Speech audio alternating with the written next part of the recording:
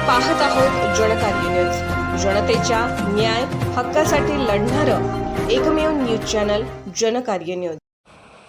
माधुरी हत्तीच्या घर वापसीसाठी उपोषण सुरू। कोल्हापूर जिल्ह्यातील प्रसिद्ध हत्तीन माधुरी हिला पुन्हा तिच्या मूळ ठिकाणी आणण्याच्या मागणीसाठी स्वाभिमानी शेतकरी संघटनेचे नेते खासदार राजू शेट्टी यांनी एकदिवसीय जनसंकल्प उपोषण आंदोलन सुरू करण्यात आले आहे।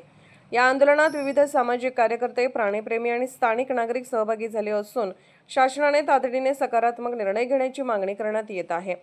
यावेळी उद्यान पंडित गणपत दादा पाटील यांनीही उपोषणस्थळी भेट देत आंदोलनाला पाठिंबा दर्शवला।